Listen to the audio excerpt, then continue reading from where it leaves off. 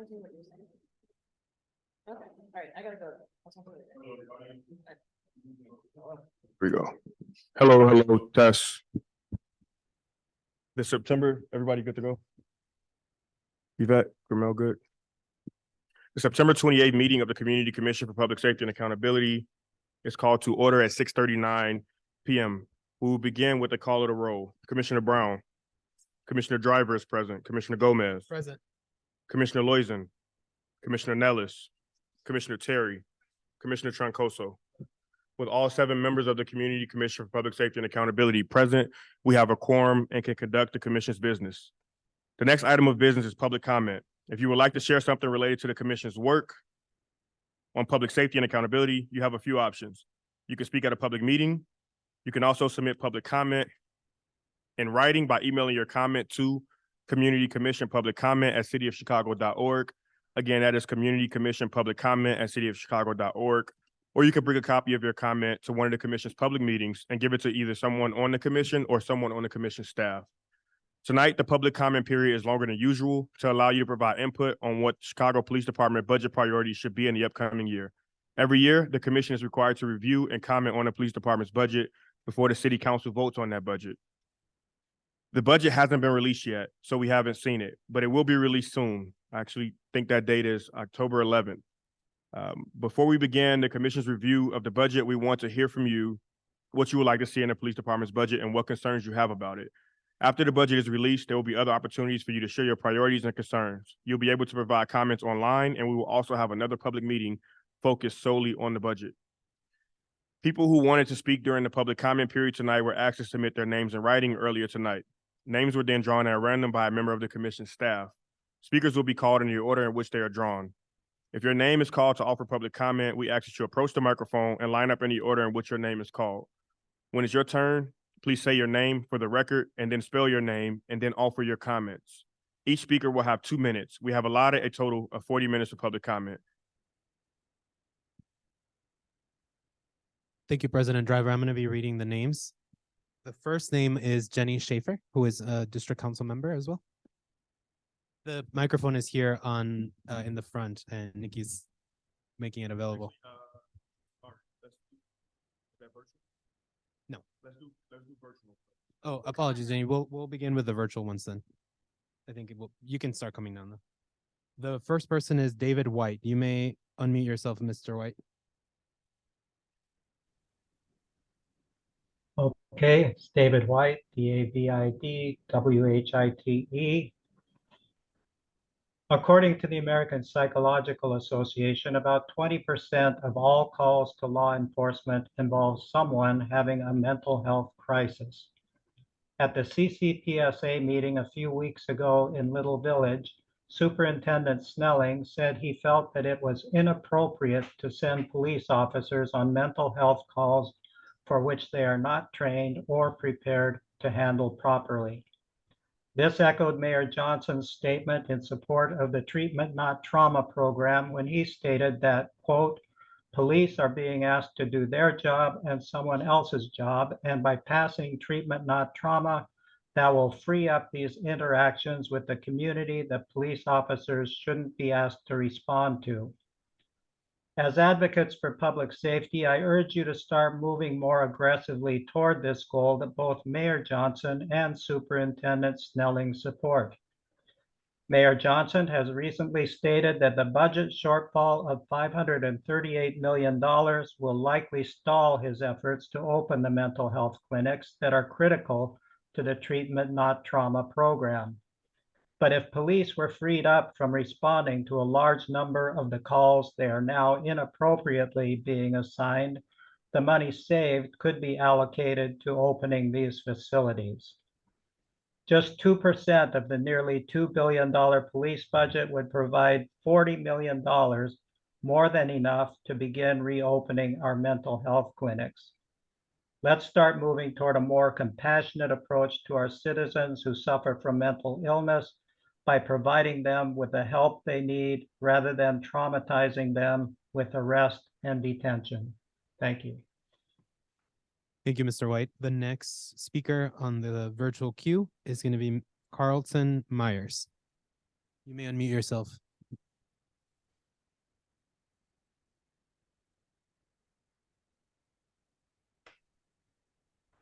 Doesn't seem like Carlton is on the queue, so we're gonna move on to the next speaker on the virtual queue, who is Patrick McNeil.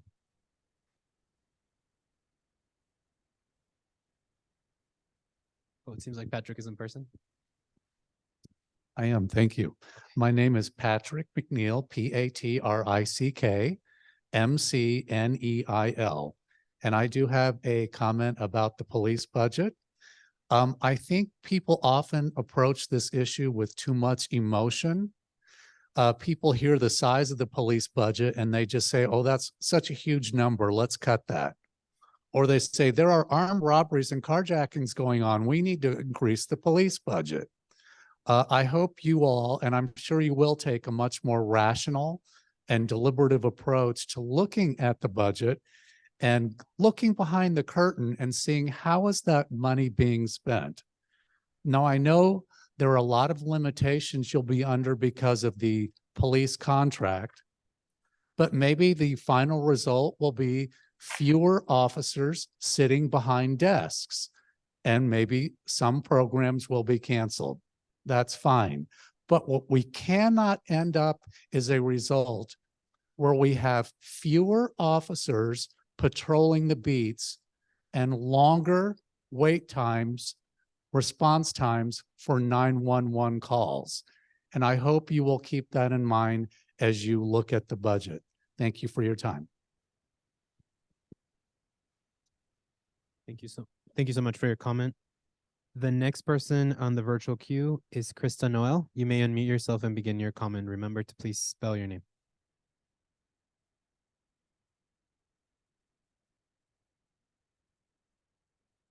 Okay, it doesn't seem like Krista is here. The next person on the virtual queue is District Councilor Beth Rochford. You may unmute yourself. Remember to spell your name. Hi, Elizabeth, Elizabeth, Rochford, Rochford. I'm the 17th District Counselor, and I would like to comment on Superintendent Snelling's comment at his hearing saying that he would not mandate the districts to work with the district counselors. I found that to be very troubling. This process will only work if there is collaboration between the districts and the district counselors. I ask you to please consider having one of your goals for the CPD in the coming year, that there be a metric that measures meaningful collaboration at some rubric that you all set that measures how much collaboration and working together there is between the districts and the district counselors. Thank you. Thank you so much, Ms. Rochford. We're now going to begin with the in-person public comment section. And once again, the first person on the queue is going to be the district counselor from District 19, Ms. Jenny Shafer. Hi, Jenny Shafer, Jenny, Shafer, Schaffer. And I just was going to say that as you guys are looking at the police budget, I think one important thing to consider is a real well-done resource allocation of how the police are spending their time and where. I have not seen or gotten any good information on how that's being done transparently, or if there's any data-driven reason that how they are spending, sending out their officers. Another thing to consider is the high number of police officers to civilians that we do have in our police force. If you compare our numbers to other cities across the country, we have a very, very high amount of officers to civilians working in the department. And so if one of the things that we're looking to do is, well, it just makes me think that perhaps we could fill some of those sworn officer jobs with civilians so that police officers could spend more time out on the beat. Thank you. I'd also like to echo what Beth Rochford said about working together with the districts. I think that's very important to our jobs. Thanks. Thank you so much for your comment. I'm going to call the next three speakers in a row so you guys can line up and make the process more efficient. And the first speaker is going to be a person by the name of Jay, and then Alma Cruiser, and Deirdre OConnor, 20th District Counselor, is going to be the one after that. After those three speak, I will call the next three. Thank you.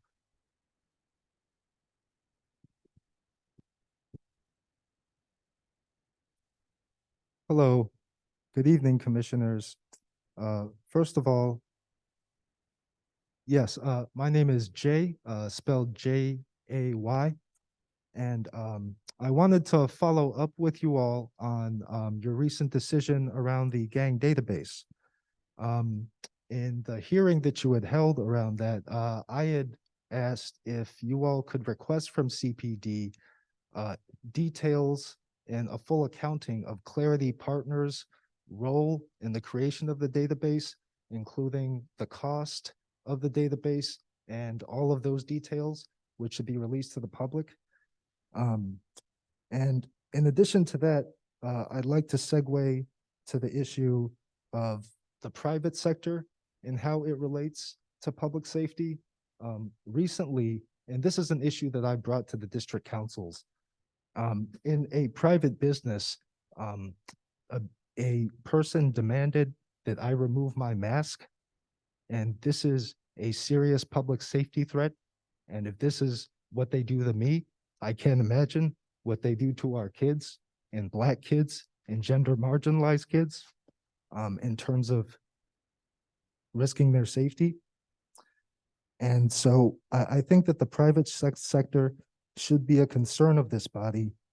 And I think that it is, and I've spoken with district counselors with legal expertise who agreed that private and non-police entities are within the purview and remit of the city's new ECPS infrastructure. I think that you all should agree with that.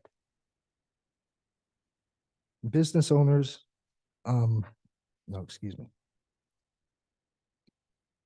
unaccountable actors in the private sector are drivers of violence and drivers of safety deficits, and they over-determine our public safety outcomes, policies, and approaches. I also hope that the commission will work to decriminalize drug work and sex work, as those are also drivers of violence in our communities. Thank you for your time, Jay. We've elapsed your time. Appreciate you.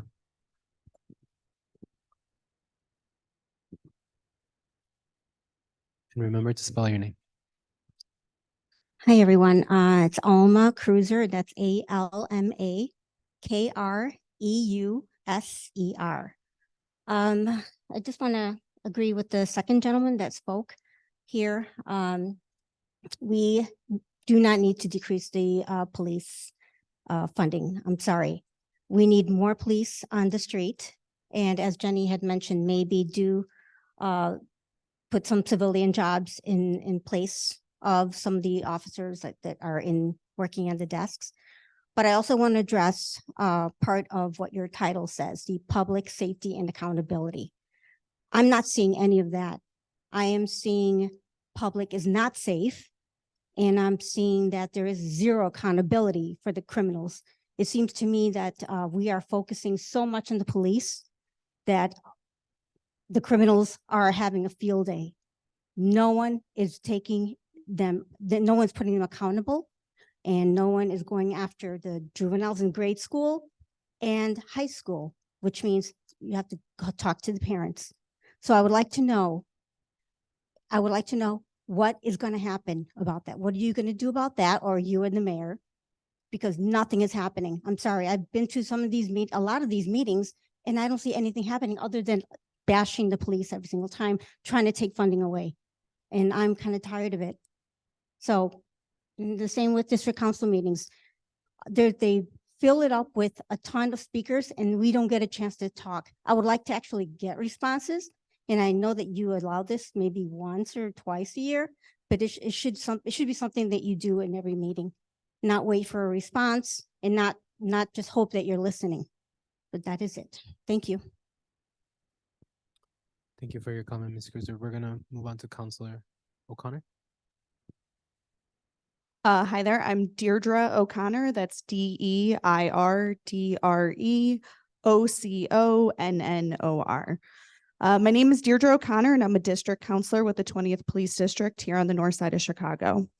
At our last monthly meeting, we asked our neighbors what questions they would like to ask the now newly confirmed Superintendent Larry Snelling. The following questions were asked. Will Superintendent Snelling have a directive that will require commanders in each district to work with district counselors? What is Superintendent Snelling's commitment to lowering the closing rate on open cases? What are Superintendent Snelling's intentions with the shot spotter contract? What kind of tech will Superintendent Snelling use within the CPD? Will he address the difference in pursuit policies between Chicago and Illinois State Police? Does Superintendent Snelling have plans for improving CPD compliance with FOIA requests? What commitment will Superintendent Snelling give to complying with our sanctuary city policies? Will Superintendent Snelling prioritize political corruption?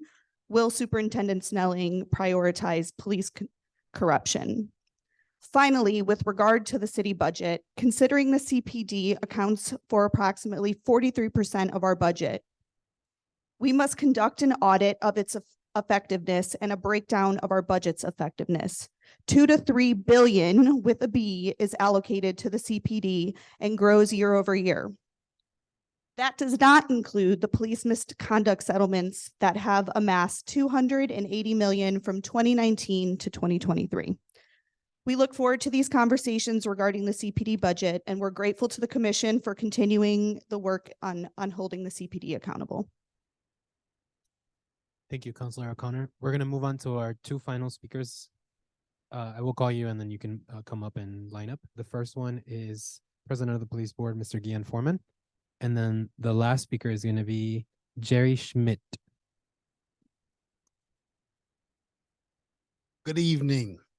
I wanted to, I know on the agenda today, you guys are voting on new appointments for the Chicago Police Board. So I wanted to just share a little perspective. I've served on the police board for 13 years now, and we have term limits. So my time is ending, and it's been an incredible journey for me. I've learned a lot. I remember when Mayor Daley invited me in, I'm like, man, you know, the police, like, this is not something I want to be a part of. But over these 13 years, I think that I've really got an opportunity to understand what it means for public service, whether or not if that's you guys serving on this commission or if it's our police officers, it's all public service. And so as you all make this decision, you all are now responsible with the responsibility of selecting the superintendent. I think you guys made some great choices in the 3 names that you recommended for the mayor. And now you're faced with that same choice when it comes to police board members. I'm really proud of the work that the police board has done. I'm proud of the work that all of our members individually.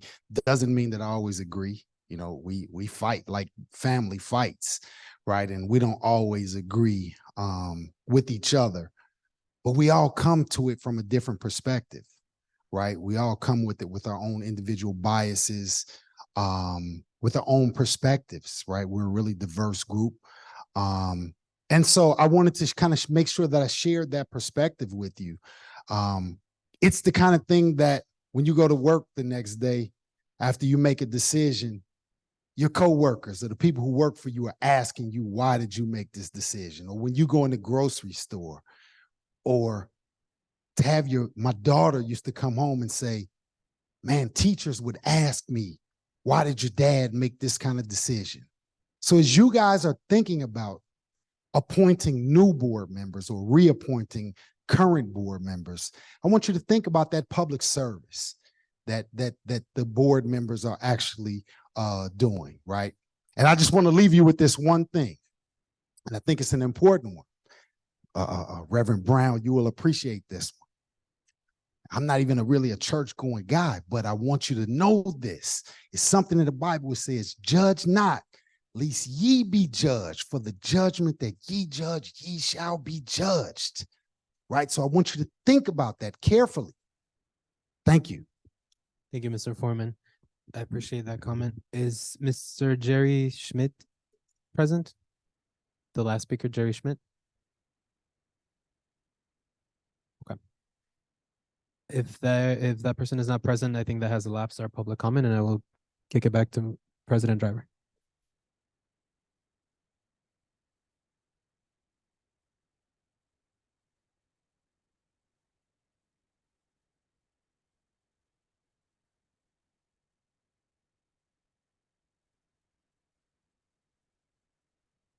You hear me? There we go. We've reached the end of our public comment period. The next order of business is the approval of the minutes. There are no minutes that need to be approved at this particular meeting, so we will move on to new business. Our next order of business will be new business. We will begin by discussing police board nominees, and for that, I will pass it to Commissioner Loizan and Troncoso.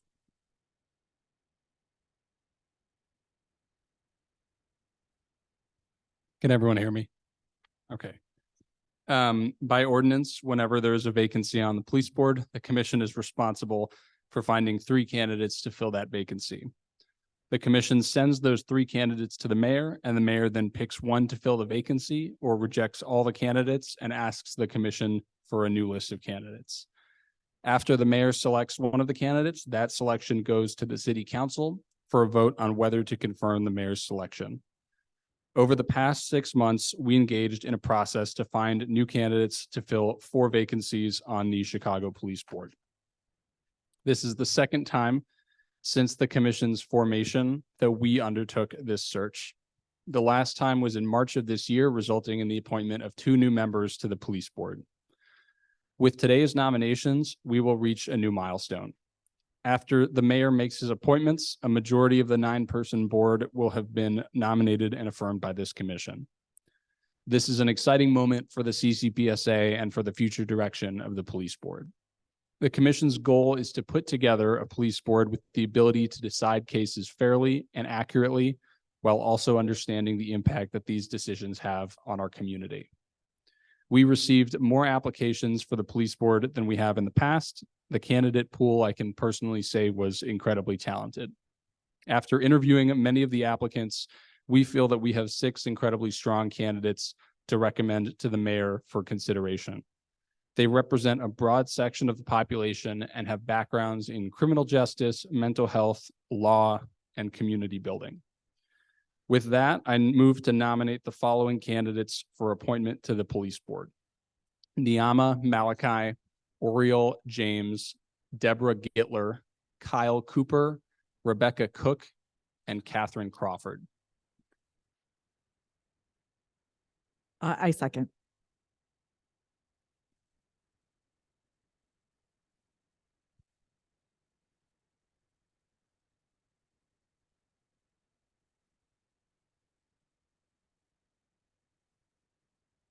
Commissioner Troncoso has moved and Commissioner Loizan has seconded a motion to nominate the named candidates: Rebecca Cook, Kyle Cooper, Catherine Crawford, Deborah Gittler, Oriel James, and Niama Malachi.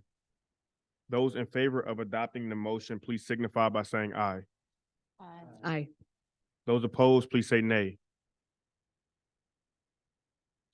The ayes have it and the motion carries. These nominees will now be sent to the mayor for consideration. The mayor has 30 days to render this decision.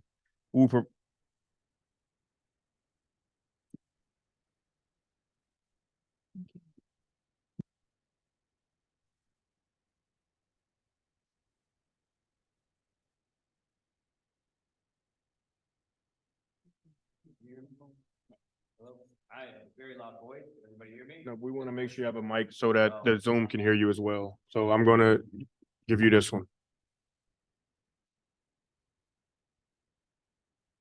You can hear me? Okay. I just need to note for the record that both Catherine Crawford and Deborah Gittler are colleagues of mine, and therefore I recuse myself from those votes. Thank you. So we will note for the record that on Deborah Gittler and Catherine Crawford, although it's still a unanimous vote, Commissioner Nellis has recused himself from those votes. These nominees will now be sent to the mayor for consideration. The mayor has 30 days to render his decision. We'll provide you with an update at the end of our October meeting. Congratulations to all nominees, and thank you to all who applied and went through this interview process. Commissioner Loizen. Thank you. One of the individuals who is going to have his seat filled on the police board is President Guion Foreman. He was the gentleman who just made some public comment talking about the police board. I want to take this opportunity to publicly thank President Foreman for his 13 years of public service to the police board. Having been a commissioner on the Community Commission for a year, I can attest that that must have been a whole lot of work.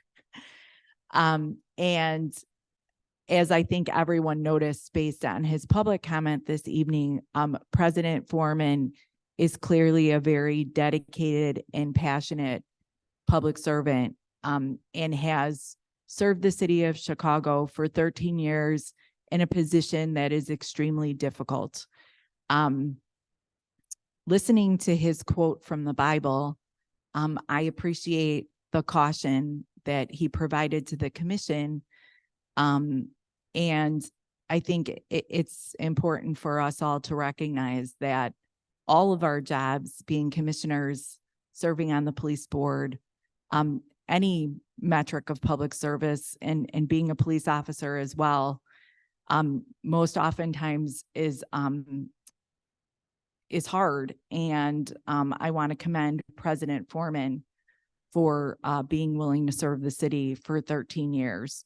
I also want to add on a personal note that over the last year of working with the police board, I have had many conversations with President Foreman. Many times he was out of the country for work. He was on personal vacations. He was doing things with his family.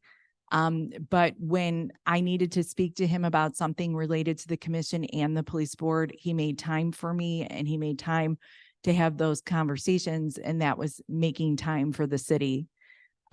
I also want to say that over the past year, President Foreman and I have not always agreed, but we have enjoyed a very respectful relationship with one another. And he has taught me a lot about the police board, and he has taught me a lot about his perspective after 13 years of extensive experience, which I will always be very grateful for having learned.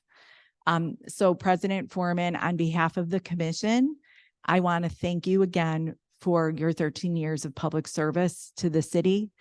And I wish you all the best, and I hope you get to do a lot of resting now that your position is going to be filled. Thank you.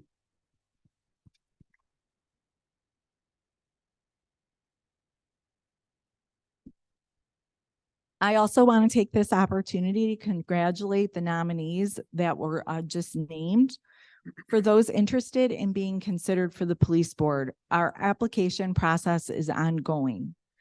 There are no other vacancies currently in need of filling, but people who are interested in applying can do so anytime, and their application will be taken under consideration whenever a vacancy occurs or is expected. You can learn more about the application process by visiting our website. You can also download from our website our official nomination selection procedures, which we adopted this summer as part of our responsibilities under the consent decree. We have this document on our website to ensure the transparency of our nomination process and to demonstrate that our decisions are based substantially on established criteria for serving on the police board. It's just one other point I would like to add. There were many people who applied to serve on the police board this time around and did not make our list of nominations. I do also want to thank and commend those individuals for their willingness to serve the city of Chicago. And I want to add that the decision on whose names were going to be submitted to the mayor and whose names were not going to get submitted was a very, very difficult one that we discussed and thought about and debated for quite some time. So again, thank you to the individuals who have applied and didn't make it through this round. And for those of you considering applications in the future, we strongly encourage you to follow through on that. Thank you, Commissioner Loizen. Our next order of business will be reports and updates. We'll begin by providing an update on policies that are before the commission. And for that, I will pass it back to Commissioner Loizen and to Commissioner Terry.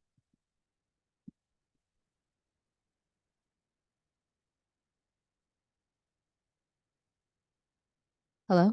Okay.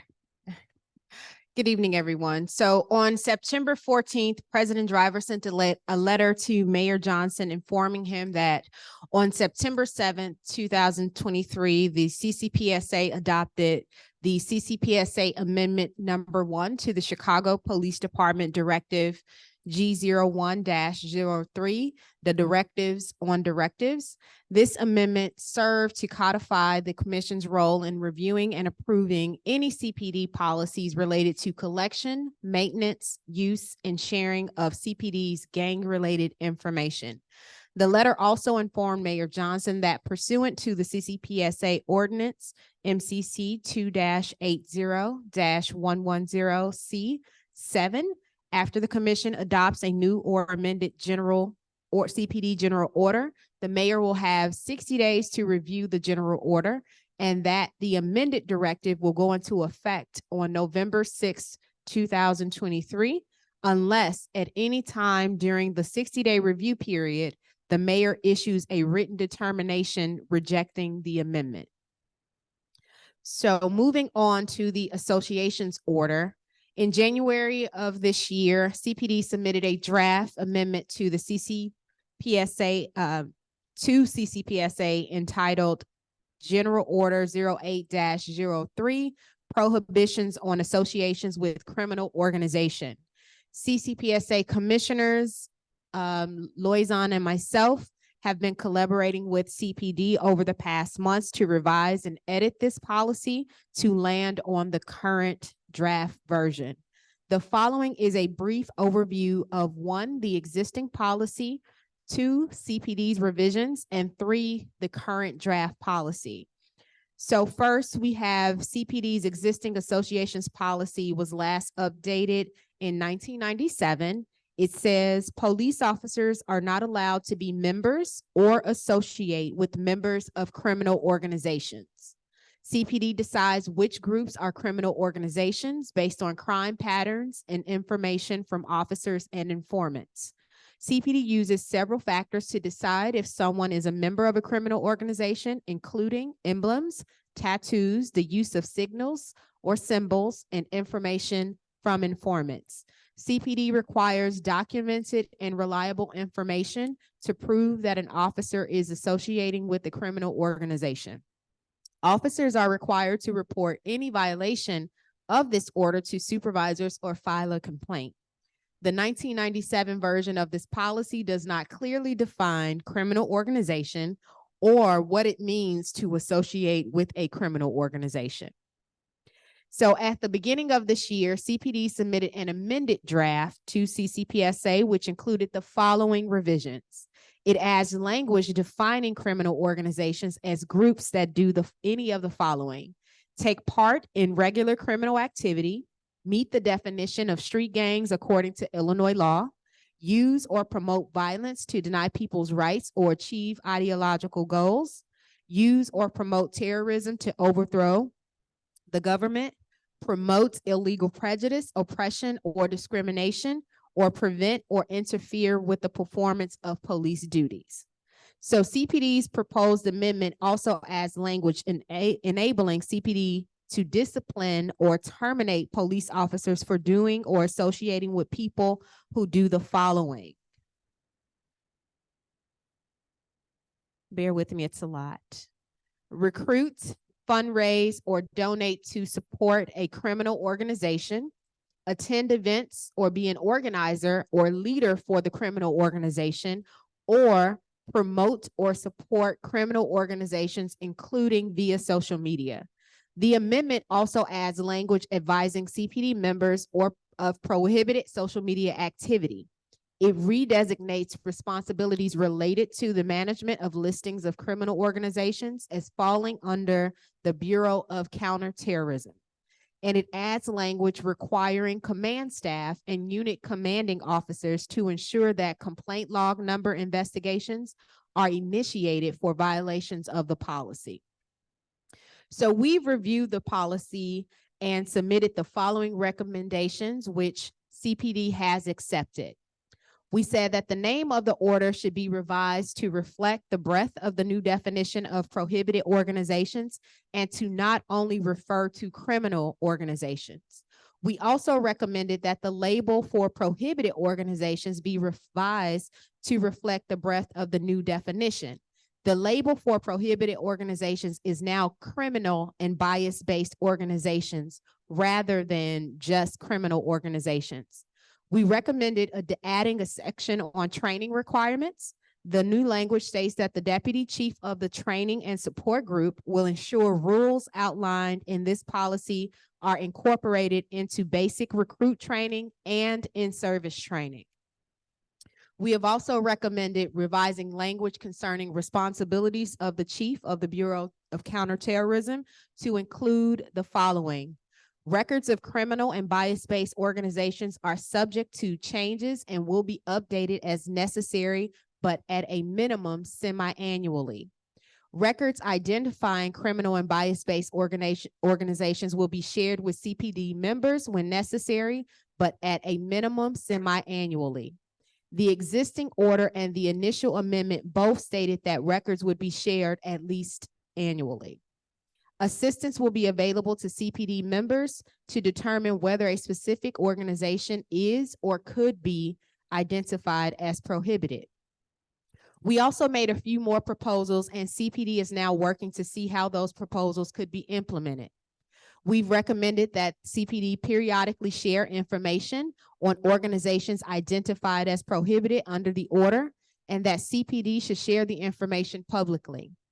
CPD has said that records related to identified organizations are often sensitive and private due to the need of police investigations, but they indicated that they are amenable as continuing to discuss the public sharing possibilities with the commission. CCPSA also recommended that CPD periodically share information on the number of complaints submitted under the order, the number of violations of the order, and the number of violations sustained, and the types of discipline issued.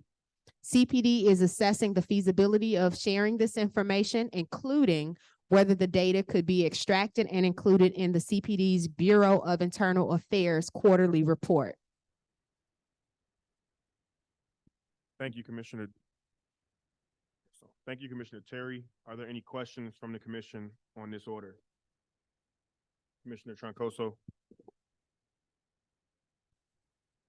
This is a bit less of a question and more of a comment, and definitely want to say that I appreciate all the work you guys put into this, and it seems like an amazing step. I think maybe a future step to consider for the policy committee, I'm not sure if you've already considered this, but would be maybe following up and seeing if an officer has been found guilty of associating with such a group, whether it can be made available to anybody who might have an open appeal where that officer is involved, who was involved with their case. I think somebody who might have an open appeal and their officer was found to be a member of a bias-based organization or criminal organization, their attorneys would probably benefit from knowing that in the future.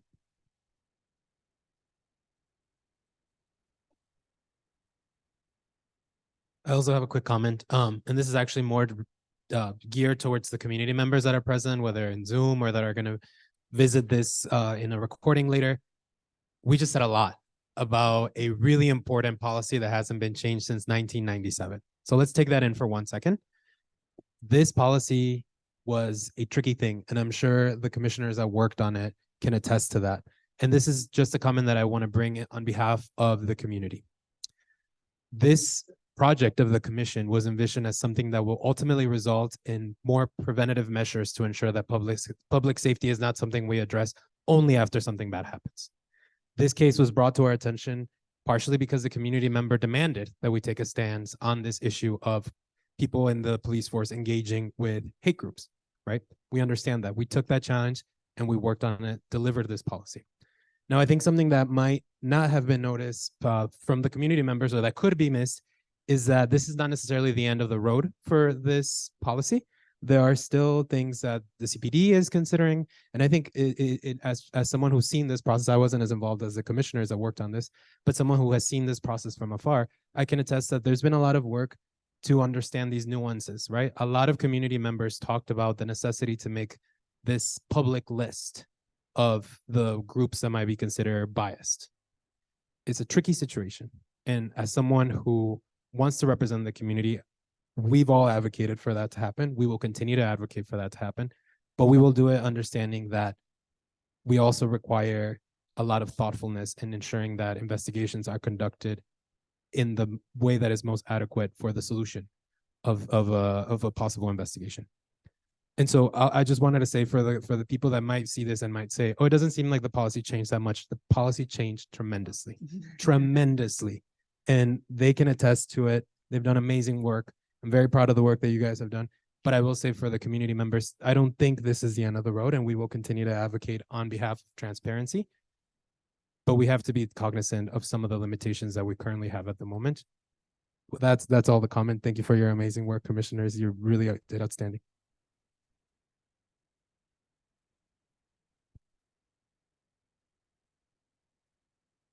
You want me to just go ahead? Okay. Thank you, Ramel, for doing the heavy lifting on all that reading. I'm going to just talk a little bit about what the next steps are in this process. In the October commission meeting, we expect to move forward with a vote on this policy pending what we receive from public comments. Also in October, on a date to be determined, myself and Commissioner Terry will host a webinar reviewing the current draft of the association's policy. Information about the schedule and registration for the webinar will be posted on the commission's website and emailed to the CCPSA's distribution list. Commissioners welcome public comment in any commission meetings and upcoming superintendent public forums. So I just want to emphasize that if you want to sign up for public comment at our upcoming meeting, you certainly are free to do that and share your input on this association's policy, and we would value hearing it. CCPSA's website will also provide opportunities for people to provide association's policy feedback through an online input form. Commissioners will also ask district council members for their policy input and input from their constituents. Commissioners will compile and summarize all input and questions received from community members and work with CPD to determine if any additional changes need to be made before finalizing the policy. And we look forward to receiving feedback and input from the community regarding the association's draft policy. Before I wrap up, I just want to say that I very much appreciate the kind words from the other commissioners for myself and Commissioner Terry. This has been a really collaborative and productive effort with CPD, and some of the individuals who have worked on this policy with us from CPD are here today. They also deserve the compliment. Commissioner Terry and I have been so pleased and happy with how collaborative this process has been thus far.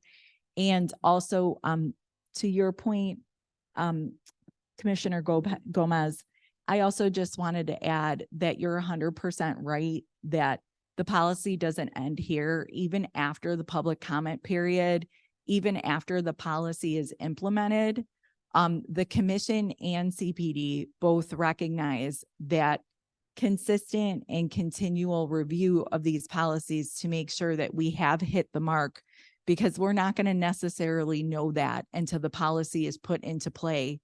And not only have we met the mark to ensure that appropriate discipline can be administered when a police officer warrants that type of discipline, but also that we hit the mark to ensure that the policy isn't so overbroad that people are violating policy for engaging in associations that we really don't intend to be the subject of discipline. as was noted before, this is an extremely nuanced topic that we have spent a lot of time splitting a bunch of hairs on. But we fully recognize and understand that we are not going to be able to see how successful we are until we see how this policy is actually applied in the future. And so we are committed to continual review and improvement of this policy. And we have gotten the same feedback from CPD that they are also committed to continual review and improvement. Thank you.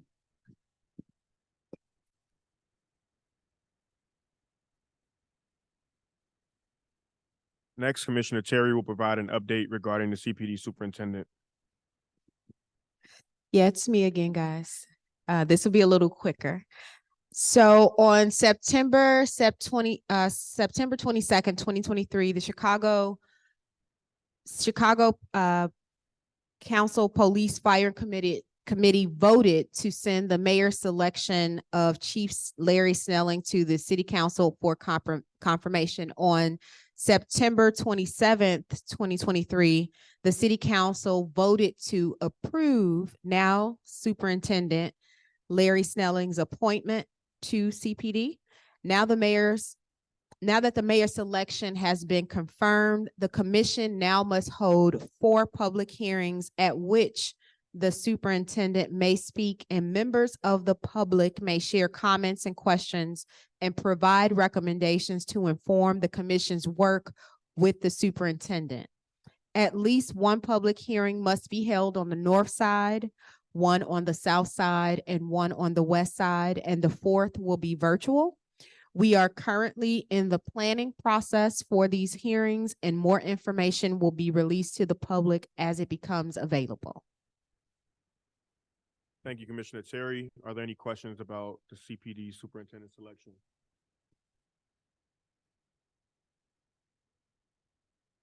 Hearing none, and if there's no further business or no questions from the commission, we will now move on to a subject matter hearing regarding public safety for impacted workers. I'd first like to just give some background as to how we got to this point. And I'm going to try to be as candid as possible. None of these are prepared remarks. This is just me speaking from my heart and about how I feel, and I believe my fellow commissioners probably also feel about this particular subject. We've all seen in the news recently that, folks, the robberies in Chicago have kind of skyrocketed and took a turn for the worse. I myself was a victim of an armed robbery on January 23rd of this year. But what particularly was troubling me is that, we all are at an increased risk when crime increases in our city. But there are people who cannot escape that. There are folks who we are in danger potentially as we ride the bus to and from work, to and from leisure. But there are folks who ride the bus for a living. There are folks who get us to and from. There are folks who, during the pandemic, had to keep working to make sure that we had prescriptions in the mail, to make sure that we got our checks in the mail, who were never able to shut down quite like the rest of our society. And those folks are at an increased risk simply because they're going to make a living and the way that they earn their living. So it's particularly troubling to me and to my fellow commissioners to see this over and over. So next, we kind of started talking through what can we do about it as a commission. What can we do about impacted workers? We've also seen rideshare drivers who have increasingly faced different risk, whether it's, folks who drive for Uber or for Lyft or who deliver food.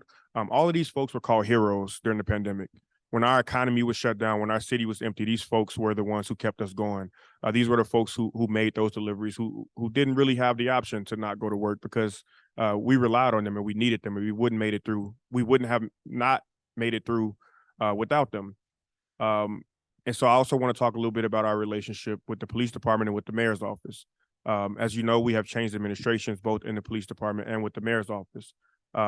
My initial instinct was to call for a hearing and to ask CPD to come here and ask the mayor's office, and we would have probably a very contentious hearing because that was what I have become accustomed to, truthfully, dealing with the last administration and dealing with Superintendent Brown. The only way to really engage the police department at that time was to do something like this, which gives us in the power of our ordinance to actually have somebody from CPD here present. And as I thought about it, I'm like, there's never been a time where this mayor's administration hasn't answered the call and been extremely happy to support us. There hasn't been a time, and since Superintendent Waller took over, and that he hasn't been willing to meet, that he hasn't been willing to meet the occasion.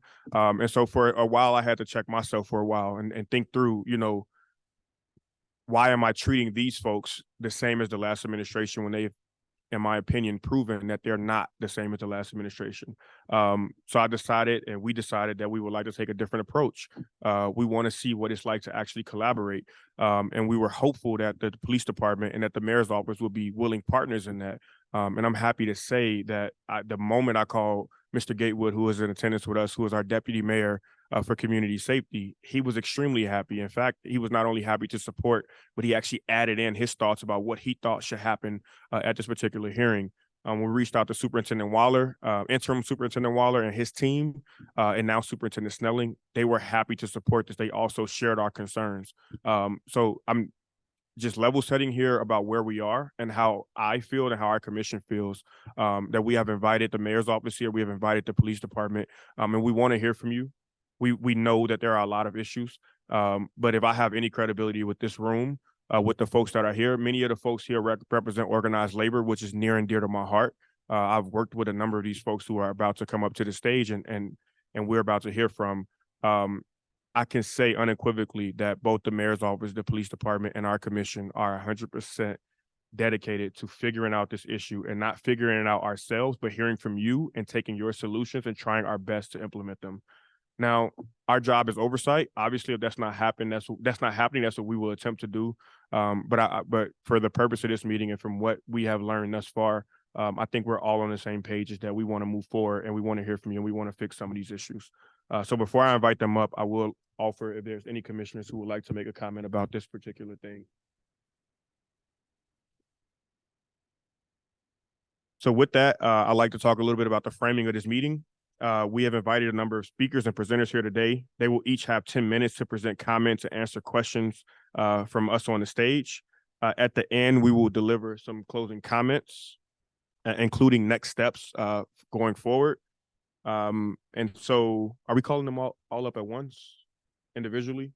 Okay, so our first presenter and speaker is the president of the National Association of Letter Carriers, Branch 11, President Elise Foster. Oh, you need a mic? Oh, I'm sorry. I apologize. Before you come up, I would like to ask Mr. Garion Gatewood, who is our deputy mayor for community safety, to join us in hearing from on the stage, and also give him the opportunity to make remarks, and also Commander Vanna, who is in the office of the superintendent, who will be here representing the police department.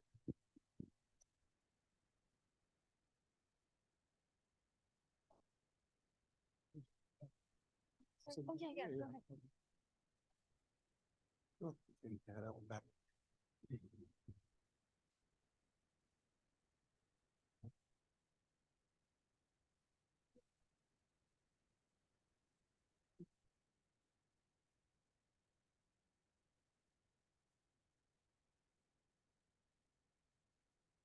Oh, yeah, no problem.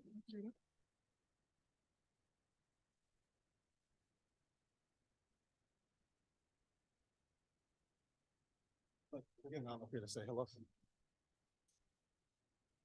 I got 3 mics. Evening, everybody. Really happy to be here. Really looking forward to having this discussion and seeing how we can partner and work together. As President Driver said, we are really hopeful to be a collaborative, not hopeful, we are a collaborative administration. We plan to continue that, and really want to hear from you folks tonight on how we can be better partners and continue our relationship. So with that, I have a seat and listen up.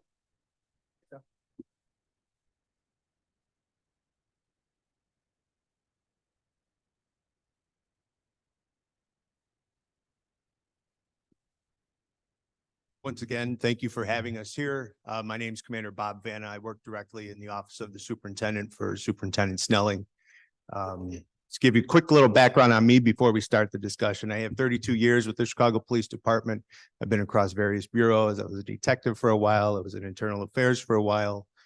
I was in quite a few units over 32 years. So I have a good perspective on where we're at. I definitely echo the things that Superintendent Snelling has talked about in various public meetings. You know, this is a collaboration. This is about people trying to get together to solve problems, to address things, to act differently, to be accountable to each other is really where I hope we can take these conversations tonight. So thank you again for having us.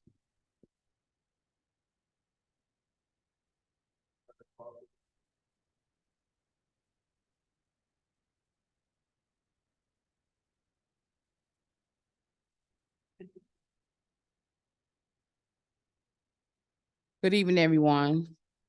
I want to first thank President Driver for having me in his commission. I was glad to come to share with you guys a little bit about what letter carriers are going through today.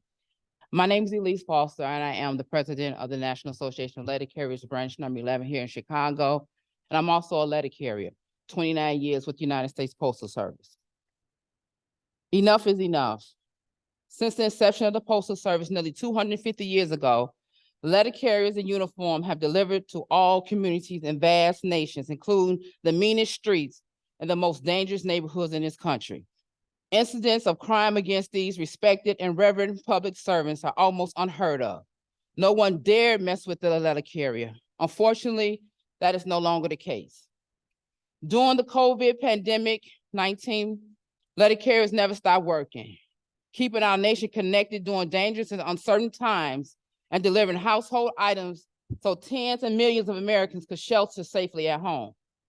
As customers received more packages and stimulus checks in the mail, violent criminals started targeting our members, a disturbing trend that has continued and grown. Words is clearly out among criminals on the streets, leaving letter carriers unfairly forced to defend themselves. These conditions that once seemed unimaginable are now the norm. It is sickening and it's wrong. Despite letter carriers being named the most trusted federal employees in a variety of public polls for many years running, we continue to see an increase in violent assaults and crime against our members. Every day, our members are being targeted in neighborhoods nationwide. Violence, assault, robbery, shooting, and even murder have become a part of the job in many locations. Nearly every day, I hear about horrific assaults against one of our members. Every time I am heartbroken for our brothers and sisters who are victims for their loved ones, but even more than that, I'm angry. And that was from our national president. But I, the president here in Chicago, I echo the fears of my members here in Chicago of having to come to work scared and wondering if they would be the next victim. We should not have to work in fear. On August 8th, we held a rally. Enough is enough at our Union Hall, 3850 South Wabash Avenue, to bring attention to the problem. We, the labor leaders, are tired of these vicious attacks on workers. And sometimes something needs to be done. Congressman Danny Davis, Senator Dick Durbin, a lot of other elected labor officials, labor leaders, and our community activists joined in to support for safety of letter carriers and agreed something needs to be done. The data that I provided to the commission from August 17, 2022 to current, we have over 100 reported cases of assault and robberies against letter carriers, the majority here in the Chicagoland. August the 1st, 2023, a member of mine was shot in the leg simply by doing his job. I spoke to that member last night before I came on this stage, as I do talk to all the members. But these here that's personally been attacked, and this young man trying to walk again, to get into the nerve damage that he said that's suffering, that he was just able to this week to get into a bathtub, to take a shower. It's real out there, you all. It is real with letter carriers, and we need to know what needs to be done. That's all we're asking for help. I didn't spend countless hours with CPD commanders of the 5 troubling districts where the most attacks happen. I sat at the table with them, postal inspections in charge, chief.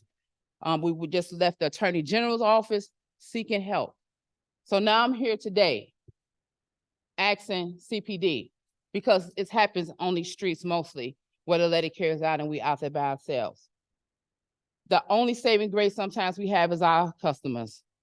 If they're at home and they will sometimes put themselves in harm's way to help a letter carrier to look out for us.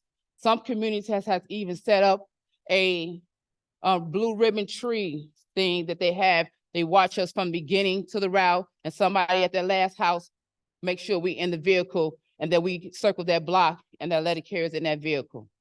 So this is what the community is doing for us. So as I'm saying is, we are calling for an end to violence. We know something needs to be done. What does safety look like for letter carriers? Of something that never has been heard of. No one would ever touch a letter carrier, including myself when I go out to deliver my route. Nobody would ever dare dream of hurting us. We are heroes. We save lives. We save our customer lives. If we go to the house, that mail is piled up, we immediately know something is wrong. And we alert our public officials and ask them to get some medical attention and to see what's going on. And we are heroes, as they say, and we never stop working even during the pandemic. So I'm here today just only ask, what can we do? As you see the signs from some of my officers that say here, enough is enough, protect us. That's what we're asking for. Just asking for answers, and that this form can take this back to the new superintendent Snelling and to our Mayor Brandon, but he does understand our issues. He has spoken at meetings before, so he knows the issues that letter carriers are facing, and we're asking for some help, the public, to continue to be our support staff out there to help us along the route so we don't have to stop delivering mail. These carriers that are impacted, they don't return to their routes. You will not see them on the street again. We are trying to find work for them inside the Postal Service because they have been traumatized and no longer can go out. Then that route is delayed. Then the Postal Service has to hire new employees. But we don't want that to happen. So I'm here for answers, and hopefully we can continue this conversation. I appreciate you for entertaining me. You said that you would, and you did. And we're here, and we're doing all that we can to protect workers out here. We need protection out here. Thank you.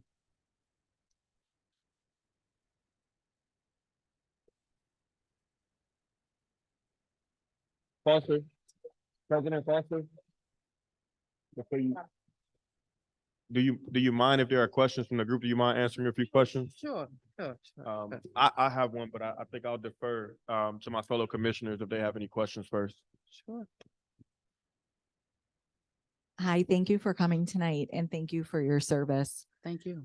I just wanted to ask, is there any involvement with federal law enforcement or the U.S. Attorney's Office in working on these issues, given that postal workers do work for the federal government, I think?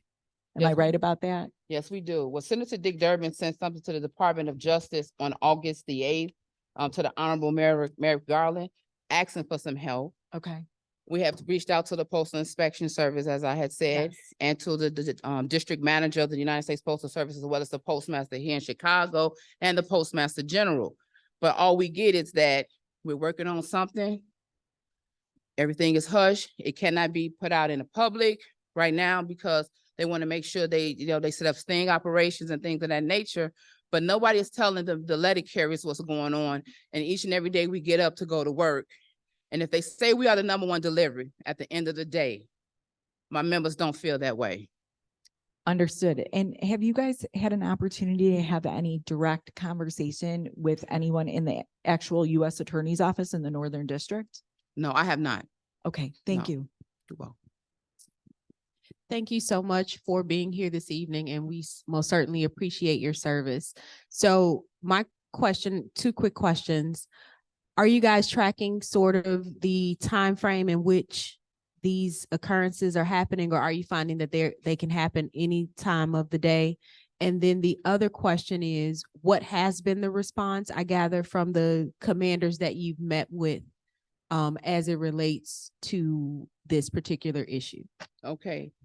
The commanders that I met with was from the 11th district. I want to say Ogden. I don't know. It was 5 of them, one up north. But they're saying that they're not prosecuting. They can't prosecute because of they don't have enough evidence, or maybe if the keys are not on that person or whatever they're looking for, they cannot have enough to prosecute and they let them go. So we want prosecution to the full extent of the law. We want something being shown that they're catching these people because they feel that they can do it. So they continually do it. And as you asked me about the random, it's random. But like I said, from August 17th, and I provided with the commission with this. Since August 17, 2022, I have about 6 pages here, with the last one being, I just recently at the 6062, that's on the west side on Madison and Pulaski, that post office, the Mary Alice Henry 60624 zip code. Believe September the 24th, 5th, a young lady was attacked, robbed on the same route twice. So we're getting that even in the Ogden Park on 63rd Street, the same route 2 and 3 times. These people are coming out attacking the letter carriers to where they're not going on the route. So we have took the data to compile it, but we don't know when something happened. Today, I believe someone threw a brick through a mail truck, and I don't know if they took any packages or anything, but I did see the text alert. We had created a text alert for each zone, a zip code. When we get the information, we send it out in real time. We text and we had the carriers opt in so they can know what's going on in their surrounding areas, so they can be looking out so they don't be the next target, because we cannot get the information from the Postal Service. So they're out there by themselves. We have scanners. They're supposed to alert us and let us know what's going on, but we don't. So they're out there in the blind. So we created this so that we can get out there, to let them know what's going on. So hopefully they can probably share some information to get to the police department, or some identifying the car, the person. People are on bikes and scooters, robbing letter carriers. So right now we had about 102, 103 incidents, with the latest one in September 23rd, 24th. And today wasn't on a letter carrier, but it's they now going to be breaking in to vehicles, as this holiday season is approaching. And that's why I feel the need that we need some discussions, and maybe you can get us to some discussions, who we need to talk to, guide us in that direction so that we can get some help and protection out here for the letter carriers.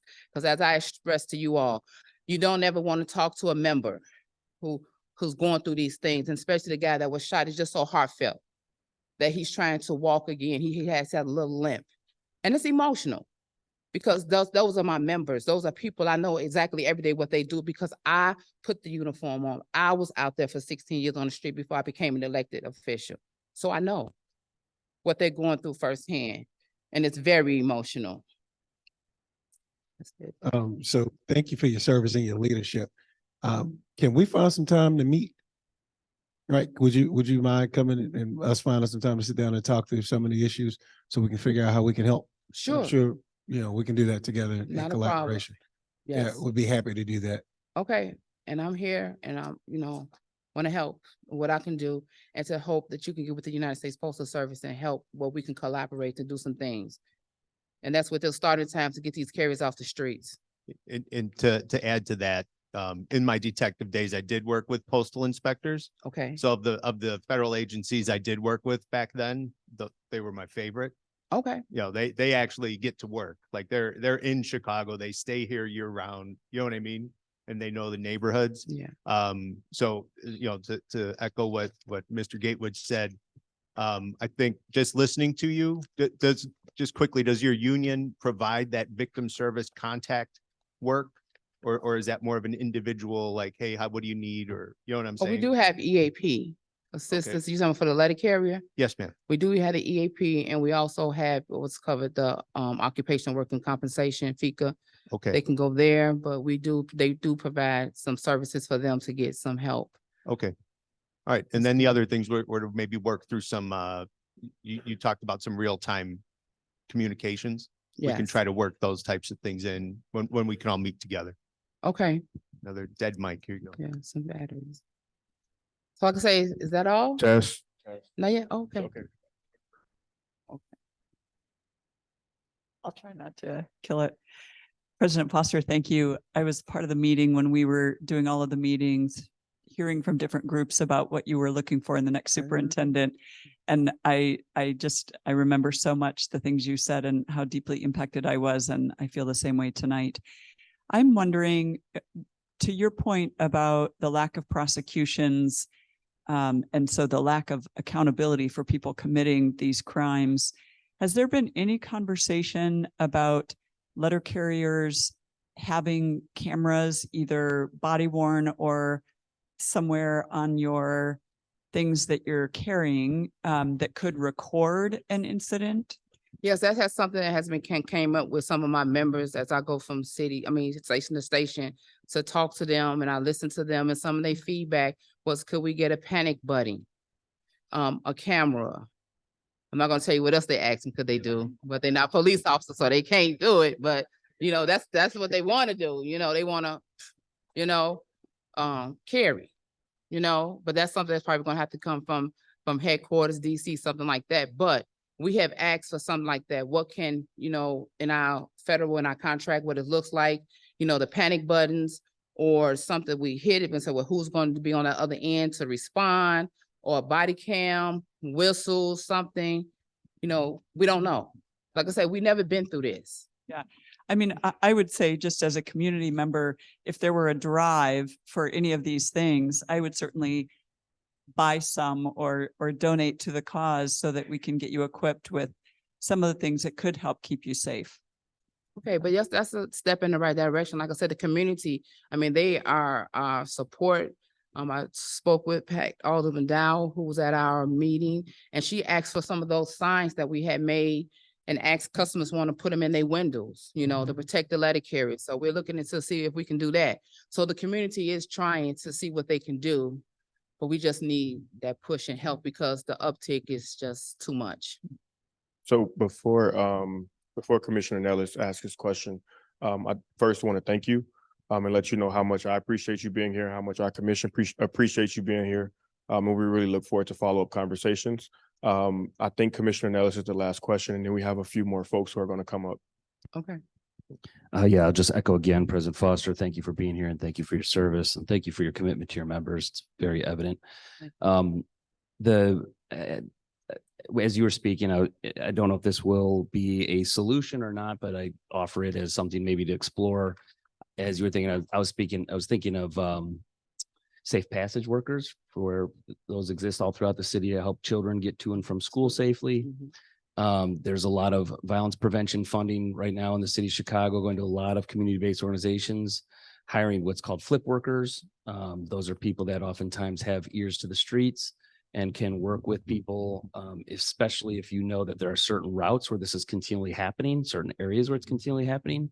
You might want to get in touch with some of the street outreach flip workers to see if there's some community members that would be able to help make sure that there's safe passage for your letter carriers.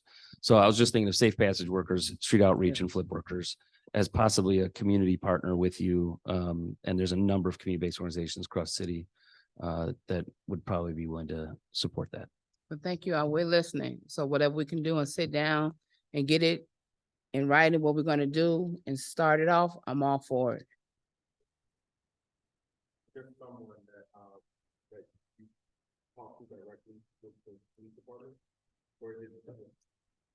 No, I spoke with one cap sergeant. I want to say Miss Elizabeth, I don't know. At Roseland, when she would put a car there at Roseland Station with those carriers, walk into the station and talk with them. So that's the only the only representative from CPT that I did talk to. As besides those commanders from those 5 districts that we had talked to with Congressman Danny Davis, along with the inspectors, I spoke with them. No. I hope you all hear me. I would try to be louder. Thank you so much for taking the time to speak with us. And I don't know if you'll be here by the end of the meeting, but I would love to I'm have staying. more conversations. I'll be here. Thank you. All right.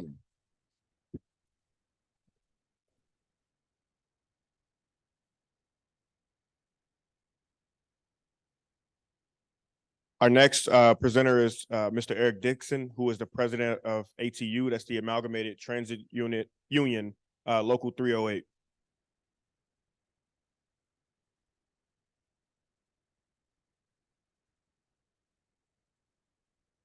Good evening, and thank you, President Driver, and to your commissioners. My name is Eric Dixon. I am the president of Local 308 that represent the trains for CTA. I've been a member of Local 308 and a member of CTA for 35 years. I'm going to speak about some things that speak towards the mayor's office as well as CPD, as well as CTA that's not represented here today. We are facing unacceptable safety risks every day. CTA and the city of Chicago need to do a better job to address these safety problems. This is of vital importance to the Local 308 workers, to the riding public, and to our entire city. We move Chicago. Going through the pandemic, our members face safety risks to their lives as well as to their family lives, but still kept the city going. Things have improved regarding COVID, and ridership is increasing. Those are positives. But neither the CTA nor the city can afford to continue to fail to address the safety issues. The members of Local 308 need and expect action from the city to address the safety issues on the CTA. Here are specific steps that should be taken in our eyes. CTA, in the effort to cut costs, has greatly reduced the rail workforce. This has had a direct negative impact on the safety of our employees and of the riding public. In the past, CTA used to assign 2 employees to each train, the operator who must be fully focused on safely operating the train and conductor who kept watch over all 8 cars. The CTA eliminated conductors back in the day, and the only CTA employee aboard the train carrying over 1,000 people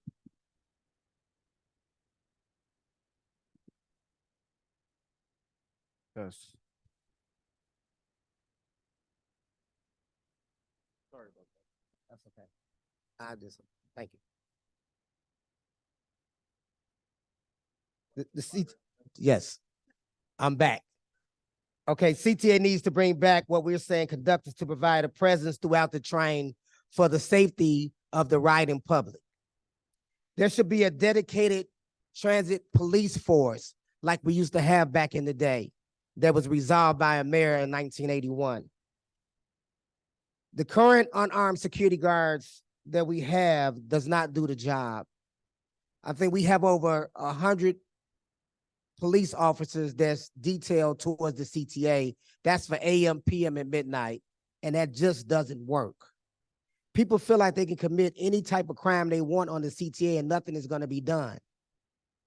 Also, we need stronger laws in place that when one of these individuals attack one of our members or the riding public, that they held, you know what I'm saying, that they prosecuted at all costs.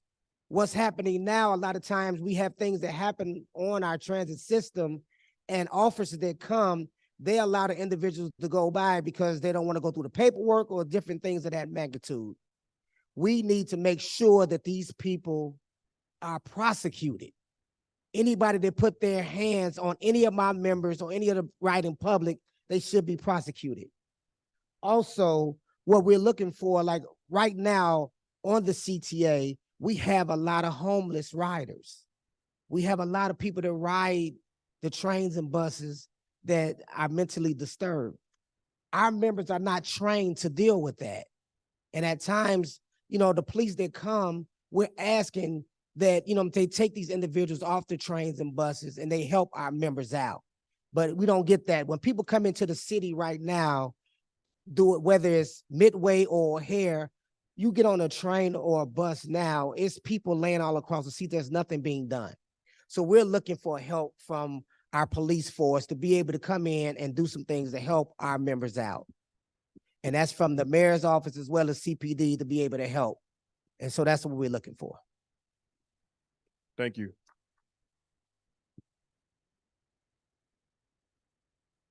I'll now open it up to questions from either our commission or Mr. Gaywood or Mr. Vanna, Commander Vanna. Let's see. Okay, this microphone does work. Thank you so much for being here, Mr. Dixon. Very much appreciate it. President Dixon, I would love to ask one or two questions. So I have heard across the country, there's some pilot programs going on for fareless buses. And in part of that, one of the side effects is that a lot of assaults seem to happen over the fare, paying the fare on a bus, assaults on drivers. What is your opinion on whether that policy could help? So I'm from the train side. Okay, gotcha. So, my brothers and sisters from the bus side will be speaking in a minute, so I'm sure they can attest, they can speak to that. But on the rail side, with you being just an operator in the train, we don't normally have that issue of fare disputes, so we don't have that problem. Gotcha. A follow-up there. What kind of patterns are you seeing on, is it particular locations, train lines, times of day? What kind of patterns are going on? It's day and night. I mean, right now, because you have one person operating the train that's responsible for, say, 1,000 people, people feel like they can do anything they want to do because there's, there's no presence there. And that's what we're asking for. When I speak to bringing back our own transit police, we're the #1 transit system in the country. But it's amazing to me that other cities, whether it be in Atlanta, New York, Toronto, Washington, they have their own transit police force that's dedicated to the transit system. We need that here. If we're the #1 transit system, we should have a transit police force to be able to protect my members as well as the riding public. Thank you. Any other questions from? Yeah, I have a question. Oh, go ahead. Okay. Thank you, President Dixon. And I'm wondering how a transit police force would coincide with or be different from Metra. Would Metra also be included in that? And how has CPD been a partner in that conversation so far? I mean, right now, once again, the police that they have dedicated towards the CTA, most of those guys are working on overtime. That's what I've seen over the years. And when I talk to our safety team at CTA, it's only X amount of police that's out there dedicated to the CTA. So what's happening now, we have K9 on the rail system, which they don't do a good job, to me, in my opinion, and the security guards, unarmed security guards that they have, they don't do a good job of protecting my members and the riding public. Just last night, someone got shot on the train at 55th and a Dan Ryan. No police presence, no security presence, nothing around. So we have to do a better job of protecting my members as well as the riding public. That's what we're asking. And I'm asking the mayor's office, they got to take that into consideration. And that's why I'm asking for our own transit police. You got to have somebody out here to be able to deter these things from happening. Right now, people feel like they can do whatever they want to do on the CTA because there's no police presence. There's no security presence. There's no presence whatsoever.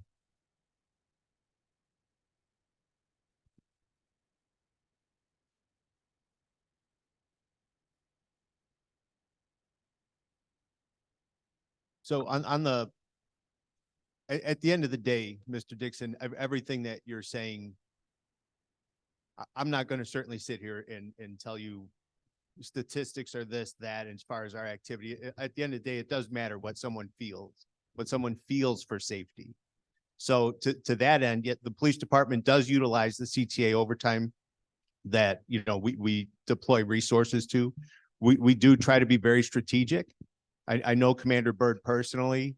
He's been on the job 30 years as well, and he's very dedicated. If you haven't connected personally with him, I can make sure we get that done today. At the end of this, Joe does look at every single arrest that does occur on the train. He does push for upgrades when those things aren't happening. So like everything else, we can, my goal is to foster this relationship and get better. I can tell it in the way you're delivering. You're frustrated with things, and I get that. And everyone who's going to present is going to be frustrated. But my thing is to guarantee we can try to get better together. And I'll make connections to where we want to get to. And it's challenge. I agree with you. It's very challenging, the CTA system. My daughters used it to go to Lane Tech every day. So, you know, I'm vested in where you want to get. I hope that we can collectively work together along with the mayor's office to move forward, not just on trains and buses, but with letter carriers, the gig workers, all of these different things that you guys do make Chicago run. And I appreciate everything that you're standing for and the things you're talking about. Commander, I appreciate what you just said, but everybody that's going to come up here and speak tonight, it's to a point now, we're kind of tired of lip service, right?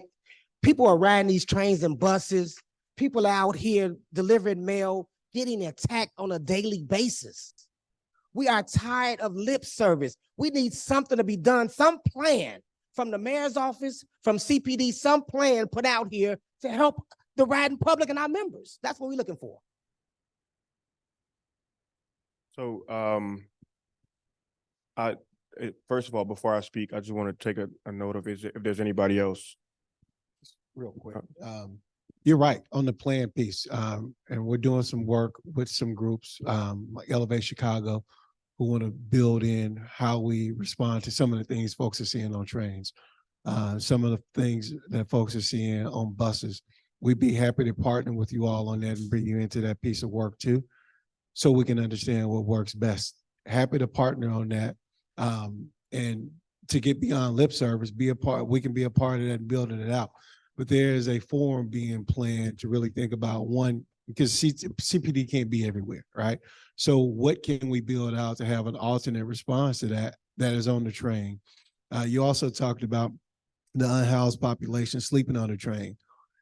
There are also homeless advocates who want to continue that work, right? So there's some work that has to be done in communication with folks like that, and how we also work to keep you all safe. So we'd be happy to continue the conversation and bring you into that work and your members into that work to figure out how we do this together. So what I would like to say is that I can, one, definitely hear and feel your frustration. For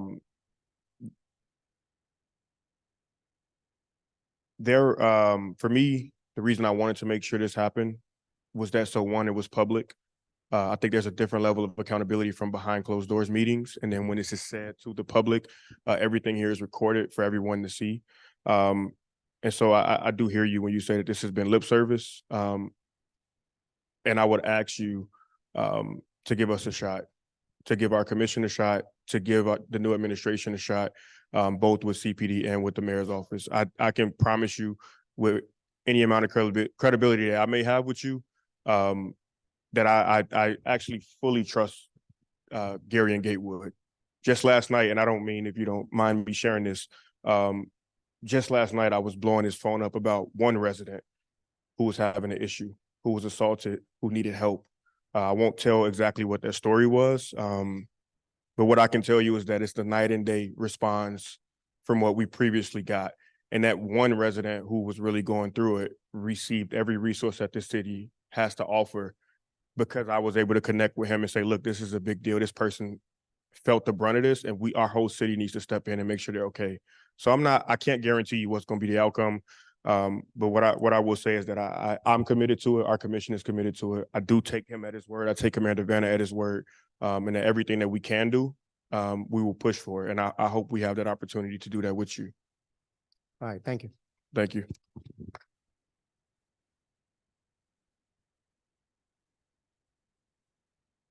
We have a few more folks. Would like to welcome Michelle Townsend, who is the second vice president for ATU Local 241.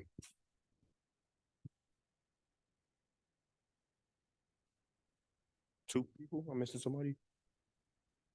Oh, I'm sorry. And also Mr. Gatewood, also from ATU Local 241. Good evening, everyone. My name is Michelle Townsend. I'm the second vice president of Local 241. I have been a bus operator for 29 years. Things has changed around the city of Chicago. I want everyone to know that's here. If CTA shut down, you will have no type of transportation to get around. Nobody. The buses move this city. We move the city.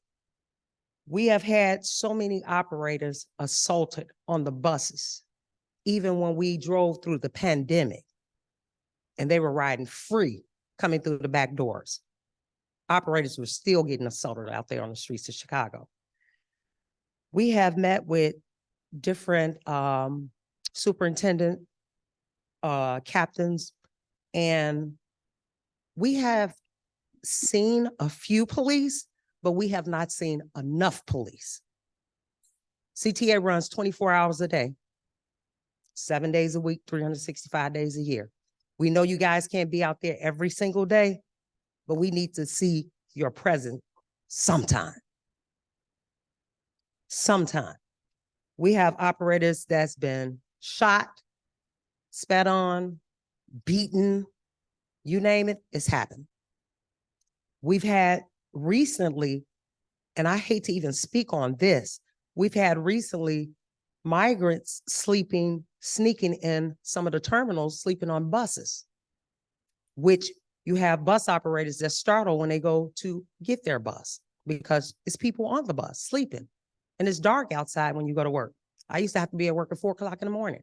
So could you just imagine me walking, getting on a bus, and there's somebody sleeping on the bus? It's dangerous. We have asked, I'm gonna read a little bit of the things that we've been asking for. Just more monitoring on the buses that move the city. CPD riding at least 1 mile radius on the buses, east and west, north and south. The hot spots. We've talked to several lieutenants about the hot spots in Chicago. Starting with the south side, 35th and Red Line to 87, and in between routes, 79th and Cottage Grove, 69th and Western. The west side locations, Madison and Pulaski, Chicago Avenue and Central Park, Pulaski and Lake Street, Madison and Western. Just more visibility of CPD at Harrison and the Blue Line stop. We were also promised a pilot program in which the CPD would be cushion riding the buses between the hours of 2 p.m. to 10 p.m. and 3 p.m. to 11 p.m. and do security checks on some of the hotspot routes. We would like faster response to, we do have a silent alarm on the bus. When the silent alarm is pushed, by the time the police get there, when they come, the person has gotten off the bus. Nowhere to be found, no one arrested, nothing. And when they do come, if they do catch anyone, they've gotten a slap on the wrist and they back out on the street to assault another bus driver the next 30 minutes.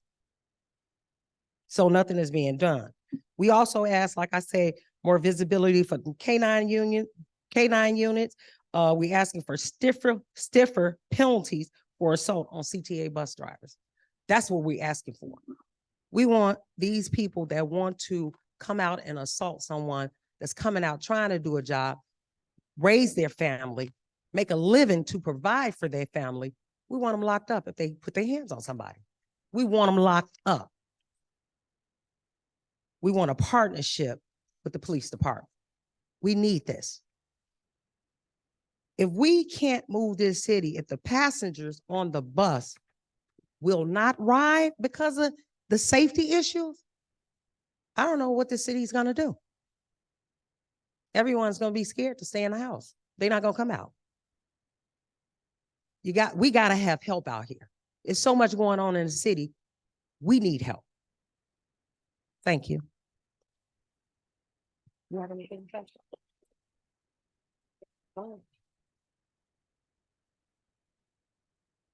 Any questions from our commission, Commander Vanner or Mr. Gatewood? Thank you very much for your presentation and for your service. This is just a comment, but all of the speakers have talked a lot about their concerns with respect to prosecution, their concerns with respect to what sentences come with respect to those prosecutions. And I've heard a request repeatedly for more law enforcement. So the comment I want to make to the commission is that if we continue, working on this issue, I do think we need to get more stakeholders involved. I think we need to be talking to the state's attorney's office, the U.S. attorney's office, the judiciary. And I would also say that the city of Chicago We have a police department that, you know, depending on how you want to look at the numbers, is either short-staffed or over budgeted. I'm not talking about that. But we also have a lot of other law enforcement here. There are several federal offices. There's FBI, there's ATF. We have the Cook County Sheriff's Department. We have the Illinois State Police. Like, we have plenty of law enforcement. And so my comment is that I think we need to really encourage each other to think outside the box and work cooperatively with every resource we have, regardless if it's a city resource or not. Anybody else? So I take that point of being more open-minded and well, let me start by thanking you. I think it's obviously very hard to do this work. I think I am someone that relies on public transportation every day for getting anywhere. I got here on the train and the bus. I think what Commissioner Loizon is absolutely true. We need to incorporate more aspects of the public safety apparatus. One question that I have is actually a little bit separate from that and tries to get at potentially not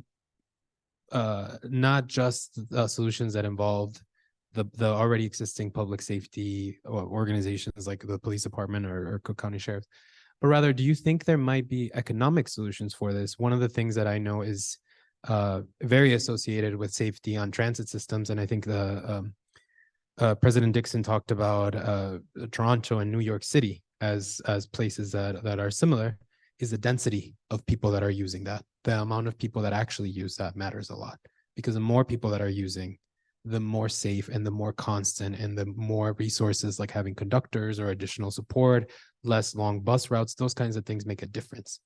Do you think we could, and I think one of the people missing here is CTA, because we don't necessarily have to just invest in solutions that are directly going to the police department, but we could potentially invest in solutions that actually increase ridership, increase visibility for workers, increase the presence of workers, right? I think that's something that I'm wondering if you've all explored at all. And let me simplify my question just to make sure that maybe it's not so long-winded. Aside from public safety solutions like more visibility, things related to prosecution and harder penalties, have you all considered the potential of finding out ways to increase ridership or, you know, increase the workforce that are not necessarily answered by the police department, but by CTA and those organizations? How you doing? I'm the finance recording secretary of the UNT on Gatewood. We have talked to Commander Byrd and certain police into this. I'm not here to bash the police. I'm here with you for a solution. Chicago Transit Authority, like President Dixon said, paid $46 million to the police for security. We used to have our own transit detail. I'm not gonna say that it's a problem economically. When I first came in here, I heard somebody say something about mental issues. So when Governor Rauner first came in, he closed down all the mental institutions. I'm just gonna take you back to where it came from. So a lot of the stuff that's going out there, the police department can't even deal with, just like us. We don't know how to deal with mental instability. What you talking about, what could we do to circumvent it?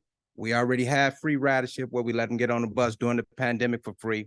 We also tell our members, do not argue with them for a fare dispute. You can request a fare.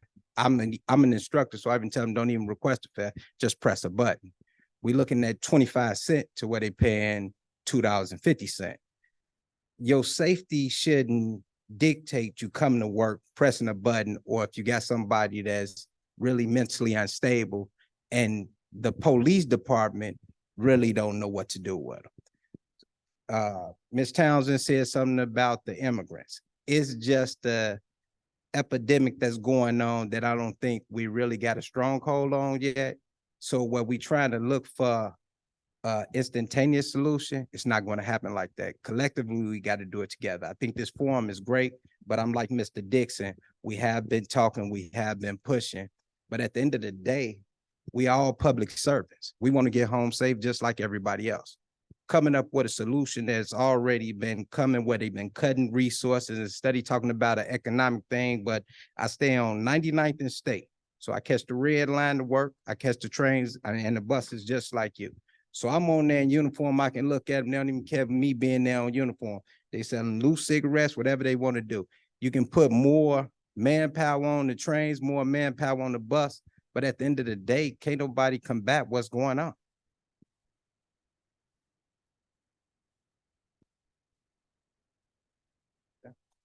Anything else from anybody on the panel? With that, I would like to thank you for taking the time to speak with us. Thank you as well.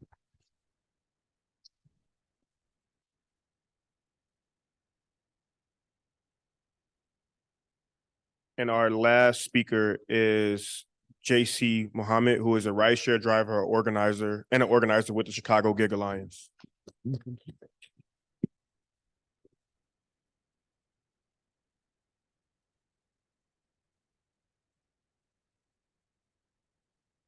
Good evening, and certainly glad to be here. Glad for the invitation. And my name is JC Muhammad. I'm a rideshare driver, and I am a rideshare organizer with the Chicago Gig Alliance, which is a project of the People's Lobby. One of the reasons why we're here this evening is to bring in the sharp focus, the safety challenges and concerns that rideshare drivers have in this city. Uber and Lyft came into the market around 2010, and they have very, very quietly taken up about 30 to 40% of the transportation network in this city. Right now, these two companies represent the largest market share of rideshare driving here in this city. But there's some issues that really need to be put into focus with regard to public safety for rideshare drivers. And let me just read some stats for you. A national report called Driving Danger that was created by the Strategic Organizing Center, how Uber and Lyft create a safety crisis for their drivers. In that report, they found that 67% of drivers experience some form of violence while working. 57% of drivers continue to ride despite feeling unsafe because they were concerned about losing income. 72% of drivers of color experience some form of violence, and 70% of drivers of color continue to drive even though they feel unsafe. Another report entitled The Markup, it is a nonprofit news agency that investigates how powerful institutions are using technology to change society. In their report entitled Investigation of Gig Workers Carjackings, that happened between 2017 and 2022. 431 gig workers were carjacked in that time frame. 97% of the carjackings took place in Illinois, and almost all of them, 92, occurred in the Chicago area. In the United States, Illinois accounted for a nearly 1/4 of all documented gig worker carjackings, and Chicago accounted for over 20% of all carjackings recorded by the markup. Yet another report entitled Murdered Behind the Wheel. That report was commissioned by 3 national organizations, Gig Worker Rising, Power Switch Action, and the Action Center on Race and the Economy, or ACRE. They found that in 2022, 31 app workers were murdered while working. 77% were people of color. 39% were identified as driving for Uber when killed, and 80% app workers were murdered while working between 2017 and 2022. Now let's kind of focus it down to this city. Last report, Quality of Gig Work, produced by the Illinois Economic Policy Institute. They found that 40% of drivers experience sexual harassment. 62% of women reported experiencing sexual harassment. 40% have suffered an injury while driving. And 69% of drivers report that they have experienced pain in at least a few times a month because of app-based driving. Now, as a rideshare driver, I was personally assaulted while driving Lyft. I was assaulted by a young man who asked to use my cell phone. I allowed him to use it because the ride was apparently, or at least allegedly ordered by one of his parents. He didn't have a phone. I allowed him to use it. After about 5 minutes, I recognized he was not using it. I asked for it back. When I got it back from him, I saw that my Cash App application was open on my phone. The ride was about 25, 30 minutes. From the time I got my phone back to the time that I dropped this kid off, he harassed me the entire way. And when we got to the location where I had to drop him off, he hit me over the head twice, and then he threw a brick at my car. At that point, not knowing my environment or where I was in terms of who may come out the home, I decided to leave. I contacted Lyft to find out who this gentleman was. They didn't know who he was because the person who ordered the ride for him had some name that was not consistent with their true identity, which is one of the major problems that we have with the way rideshare is organized in the city. So we really want to put forward some solutions as to how public safety can be made better for rideshare drivers in this city. Some things we want to recommend: public reporting and tracking for workers in terms of the crimes that are committed. Right now, there's no public tracking that's taking place for app-based drivers. So public institutions are not gathering data about what's happening to rideshare drivers in terms of violence and assaults as they do and carry out transportation services for people in the city. We think that anecdotal evidence that the majority of these crimes are committed by rideshare passengers rather than people outside the vehicle. But we don't know that for sure. And without more data, we really can't pinpoint what's exactly happening. So we would like to see quarterly reporting done on these types of crimes to get perspective on what might be effective solutions. Secondly, a liaison between this commission and the police department to gig worker organizations. We would like to have a liaison so that we can have ongoing communication with these institutions in order to make our jobs safe while we're out there on the streets. Thirdly, the mayor's office can require that these corporations outfit the drivers with safety equipment, barriers, other kinds of equipment. Dash cams is another good idea. Make them responsible for giving the drivers that kind of equipment that can keep them safer while they drive out here on the streets. And then finally, we have a rideshare safety ordinance that is before the city council. That ordinance have some specific recommendations as to what can happen to keep drivers safe. Number one, companies should be required to verify passenger identity. Right now, passengers do not have to have their true identity on the app. All that is required is a form of payment, and that form of payment does not have to correspond with any formal identification of the passenger. So we really don't know who is getting into our vehicles at any given time. So there should be some form of identification that is required by passengers. Secondly, and this goes to the first point, passengers should use their real name. I can't tell you how many times I picked up P. Diddy or some other, or J-Lo, or some other kind of name that we know is not the name of the true passenger. Lastly, a worker safety committee to track and report and find solutions for some of these issues.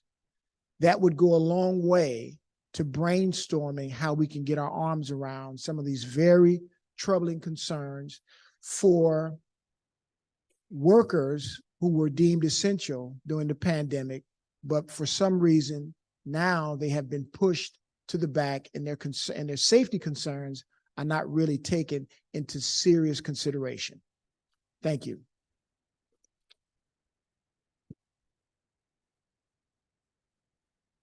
Thank you. Are there any questions from folks on the panel?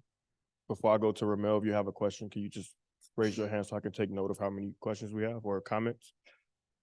Is it just Commissioner Terry, Commissioner Gomez, Commissioner Nellis? Those three. Thank you so much for sharing. So you mentioned a few asks that are related to policy that would need to be passed. Do you have any current support from city council members in terms of the potential ordinances you're looking to have implemented? Absolutely. Rideshare companies have basically not been regulated around the country, at least with regard to the serious concerns that we have as drivers. Currently, there are 27 co-sponsors of the Rideshare Living Wage and Safety Ordinance that we have in City Council now. 22 of those co-sponsors were gotten on the very first day the ordinance was submitted. So we have strong support, and that support is getting stronger every day. We just need to have more public support and more public awareness about the challenges that rideshare drivers face in order to get even more automatic support for our ordinance. This is a really quick question. Thank you for being here. Mhm. Thank you for helping us transport every day and doing really such important work. Yes, sir. One really important question, because I don't know enough about this issue. Mhm. Do you know if any such protections are existing in other municipalities? For example, you talked about having protective equipment, dash cam equipment. I think those could really change the way that people are interacting with the drivers. But I'm curious to know if any such law has passed in any other municipality or any other big city, just to sort of figure out how they got there and what has been the result. One of the things that I fear is that these companies, as you said, are not regulated. They might actually pass the cost of those things to you, the drivers, or to the consumers when they're the ones that should be paying for your Right, safety. So I'm just right. curious to know if you've seen it in other places. Yeah, that's a very good question. And what we found is that this is a very thorny issue across the country. Right now, as I mentioned, because rideshare companies have not, these huge, gig companies that are based in technology, they really have gone unregulated. So the first fight that most cities are having across the country is for fair wages. There's been a decline in wages across the country. So they really haven't addressed the public safety concern as well as they should be addressing it. The fight has been about making sure that pay, which quite honestly has steadily decreased ever since they've come into the market, we're the only job where your pay constantly go down the longer you stay on the job. So that has been the fight. The fight has been to keep wages livable and decent. I think the next frontier is what we're talking about now, how to make drivers safe. And right now, this city is on the forefront in terms of having the discussion. So we look forward to your ideas and the ideas from the Chicago Police Department and working with you guys closely to bring some resolve to this, because all of the reports that I just mentioned are trying to highlight this issue and bring it before legislative bodies. Thank you, Mr. Muhammad, again for being here and sharing. My actually comment is not in response to your presentation. But it's really in response to the entire evening and comments that some of our commissioners have made. I am with all of you in that we have to protect our public service employees. CTA letter carriers, rideshare, without question. Everybody that's spoken, I think this is a critical issue. I think that people need to be arrested. I think that people need to be prosecuted. I think there needs to be accountability. The thing that I feel compelled to bring forward is that there has been some calls for stiffer penalties, incarceration, and the like. My concern is that there's been a lot of, and I'll say personally speaking in my day job, I think there are other solutions that actually are more meaningful forms of accountability and more restorative and rehabilitative forms of solutions that actually go farther to preventing crime than incarceration. You didn't ask for more incarceration, so I'm not responding to you specifically. There are 3 restorative justice community courts in Cook County, one in North Lawndale, one in Englewood, one in Avondale. They are built on restorative justice principles for emerging adults, young men and young women between the ages of 18 to 25. Chief Judge Timothy Evans has built these courts. They've had, I would say, remarkable signs of promise and that restorative justice circle keeping and healing circles where victims are actually restored personally by the person who harmed them, coupled with community members who come alongside and understand that person's life. And I do focus mostly on young people under 25, but that those people understanding their life, what's happening in their life, and truly understanding their story and what interventions are needed is a better form of public safety and preventing further harm to rideshare drivers, letter carriers, and the like. And so my only caution that I want to bring to this conversation, and I frankly hesitated to bring it because I don't want it to even remotely suggest that I take your safety and your members' safety lightly, and that the crimes and the harms and that you've outlined are very real, very personal for you and many others, I'm sure, and me too. So I just felt it was still important to mention, especially with, calls for coordinating with the U.S. Attorney's Office, the judiciary, law enforcement in general, the strong fist, if you will, of the criminal justice system might be better. Other alternatives to public safety might be explored. I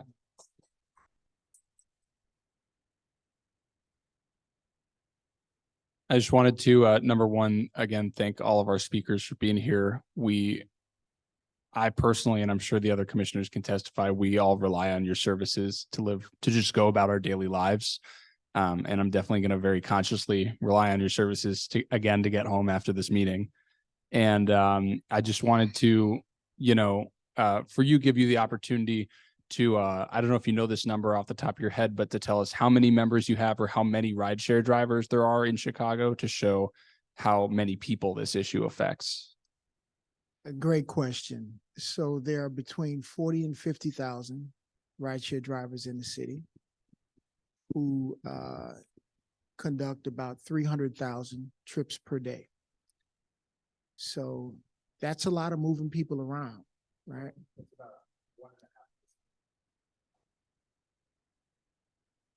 Yeah. But I want to also appreciate what Commissioner Nellis mentioned about alternative forms of justice, but underscore preventive measures that we can take, right? I'm sure almost everyone on here and in the audience have some kind of subscription-based account that requires you to actually identify yourself, whether it's Netflix or any other place that you seek for entertainment or a subscription to something that you read. That is the kind of identification that we think can go a long way to preventing some of these things. So I think you're quite correct. We don't want to, go directly to the sledgehammer. There's some things we can do on the front end, and there's some things that the company can do because the technology is present. It's there to be able to identify people and deter a lot of the crime that could take place before it happens. Once again, I want to thank everyone for being here. I actually have a point for the mayor's office, and this is something that I actually am a bit surprised that other folks haven't brought up. But when we think of public safety, it's also important to think of the public health of these, public servants. Transit workers have some of the worst health outcomes of any profession in the country, sometimes compared to like mining, right? I think it's really important to expand this conversation, not just to think about the ways in which we can make their immediate interactions with the public safer, but also their long-term outcomes. Because I hate to see people leaving a job that is so impactful because it can't, it can't sustain their health. So let's think about some ways in which we can also support their health outcomes, because that will ultimately make the job safer for them as well.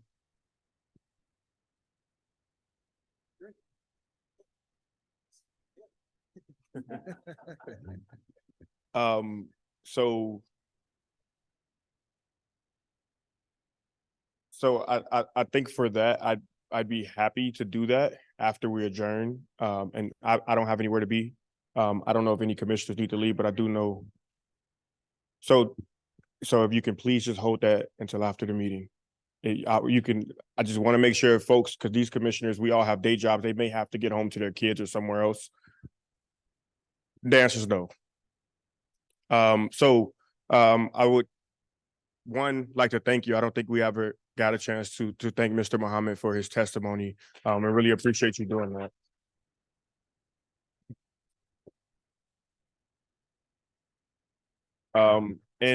And about to close and adjourn the meeting, I just wanted to say from myself, on behalf of myself, the commission, I think I can speak for Mr. Gatewood and the mayor's office, as well as the Chicago Police Department, that we're extremely appreciative.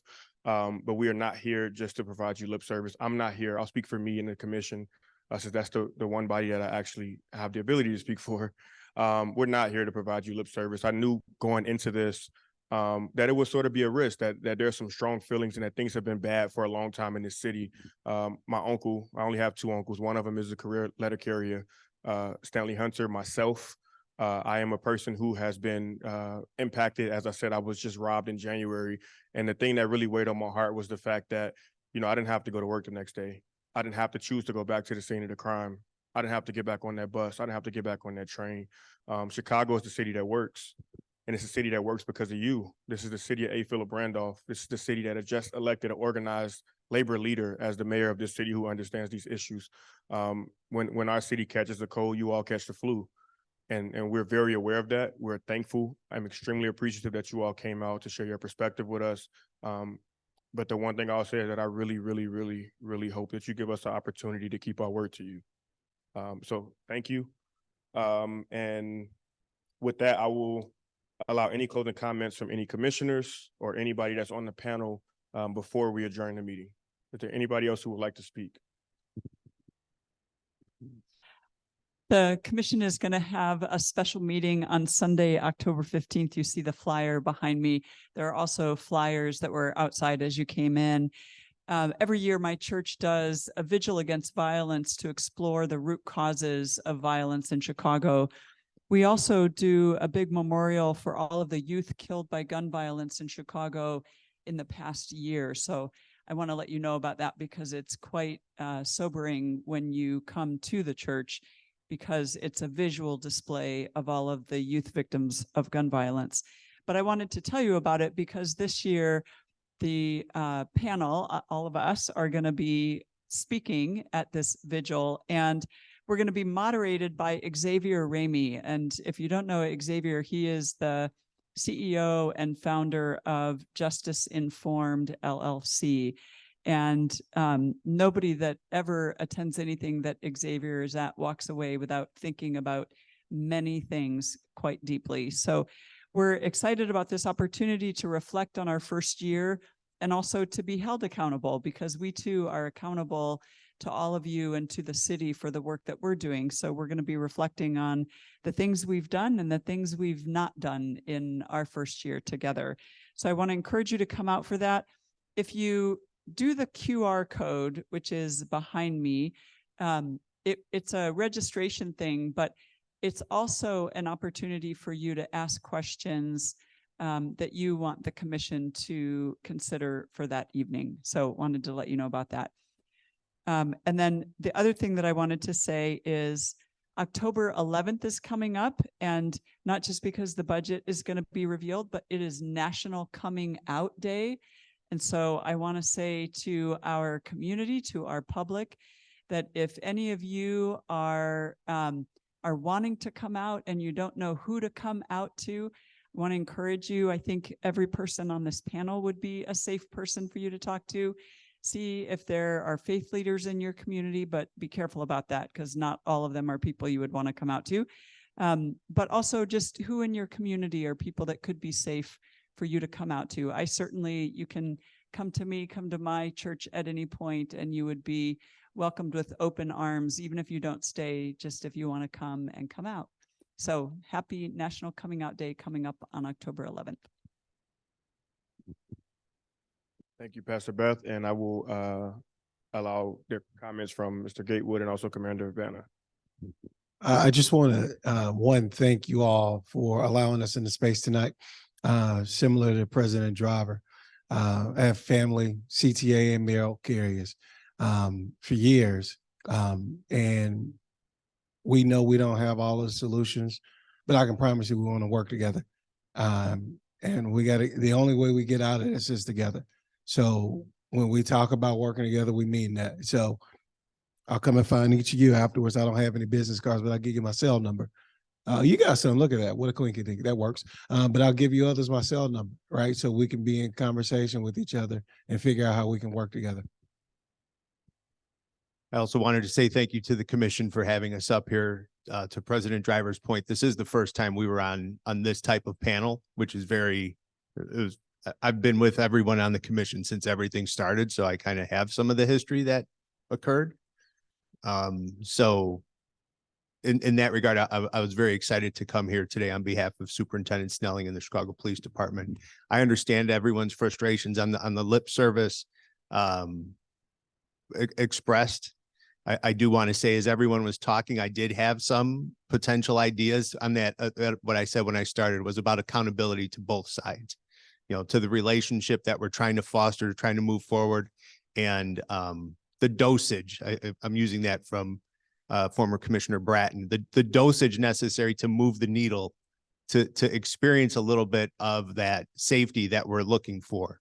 So I do want to connect afterwards. I did bring some business cards for myself. And I, to reiterate the point, I do work directly for the superintendent.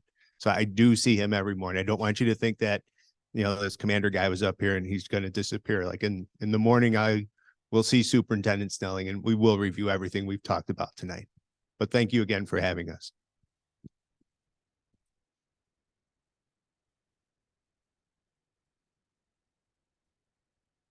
One last quick announcement. Tomorrow morning at 9 a.m. in the City Council chambers, the Committee on Immigration and Refugee Rights is meeting, and it's going to be a special hearing to consider the plans that the city is making related to base camps and many other issues. There will be, I know CPD is going to be there. I know there are many segments, a lot of mutual aid groups are going to be there.